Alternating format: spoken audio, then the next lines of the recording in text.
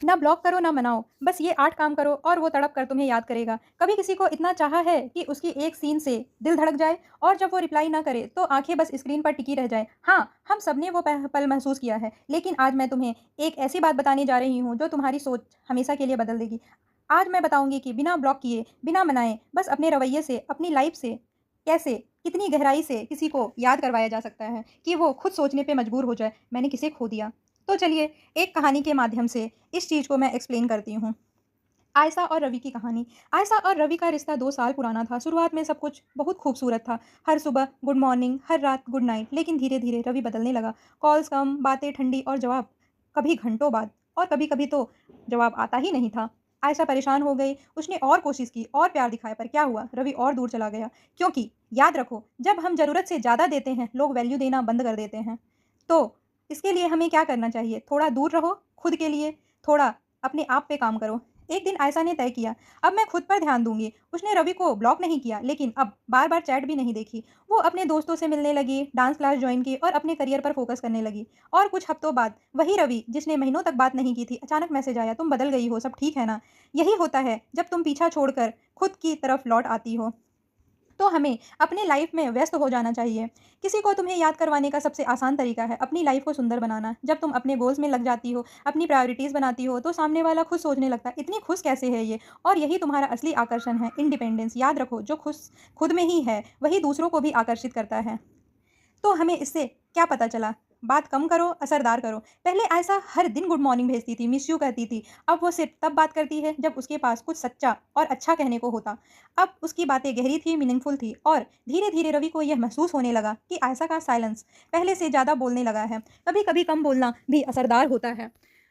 तो इसके लिए हमें अपनी सीमाएँ तय करनी होती हैं। एक दिन रवि ने कैज़ुअली कहा, "तुम पहले जैसी नहीं रही।" आयशा मुस्कुराई और बोली, "पहले मैं किसी और की सोच में थी, अब अपनी शांति में हूँ।" तो जवाब रवि को हिला दिया, क्योंकि किसी भी रिश्ते में वो जीतता है जो खुद की इज़्ज़त बनाए रखता है।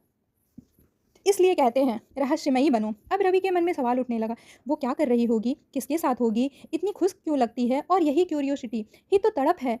जब तुम हर चीज़ नहीं बताती, थोड़ा रहस्य छोड़ती हो, तो इंसान खुद ब खुद जानने की कोशिश करता है। थोड़ी अनजान रहो, पूरी कहानी कभी मत बताओ। सोशल प्रेज़ेंस से चमको। आयशा ने कभी दुःख नहीं दिखाया। उसने इंस्टा पर आँसू नहीं, बल्कि मुस्कानें दिखाईं। वो अपने ट्रैवल्स, नए प्रोजेक्ट, नई हँसी शेयर करने लगी और हर फ़ोटो के नीचे रवि का सीन आता था। क्योंकि जब तुम खुद खुश दिखती हो तो सामने वाला पछताने लगता है, वो मेरे बिना भी इतनी खुश है।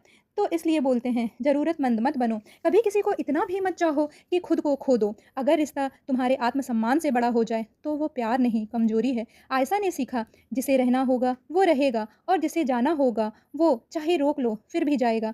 इसलिए उसने अब खुद को चुना और यही उसकी सबसे बड़ी जीत थी। तो खुद से प्यार करना सीखो। कुछ महीनों बाद आयशा ने खुद को आईने में देखा और मुस्कुराई, अब मुझे किसी के वैलिडेशन की ज़रूरत नहीं है। और उसी शाम रवि का मैसेज आया, मुझे तुमसे बात करनी है। देखो, जब तुम खुद से प्यार करती हो तो दुनिया भी तुम्हारी ओर खींचने लगती है, क्योंकि लोग खूबसूरती से नहीं, शांति से प्यार करते हैं। तो इन गलतियों से बचो। अगर तुम चाहती हो कोई तुम्हें मिस करे तो ये मत करो। बार बार कॉल मत करो, इंस्टा पर सैड स्टेटस मत डालो, खुद को दोष मत दो, अपनी लाइफ किसी के लिए रोक मत दो। याद रखो, जितनी शांति से तुम रहोगी उतनी जल्दी वो बेचैन होगा। तो एंडिंग स्टोरी क्या हुई? कुछ महीने बाद रवि और आयशा फिर मिले। रवि ने कहा, तुम पहले से ज़्यादा खूबसूरत लग रही हो। आयशा मुस्कुराई, क्योंकि अब मैं खुद को खोती नहीं, खुद को पाती जा रही हूँ। और उस पल रवि को एहसास हुआ, वो लड़की जिसे उसने हल्के में लिया था, वही अब उसकी सबसे बड़ी खोई हुई शांति बन चुकी है। यही होता है, ना ब्लॉक करो ना मनाओ का जादू। जब तुम पीछा करना छोड़ देती हो तब वही इंसान तुम्हारे पीछे भागने लगता है। तो आज से याद रखो, खुद से प्यार करो, अपनी वैल्यू जानो और वो तुम्हें याद किए बिना नहीं रह पाएगा। और जो आपकी वैल्यू सच में समझेगा वो ज़रूर लौट कर आएगा। और जिसे जाना ही है तो उसे जाने से भी आप नहीं रोक सकते हो।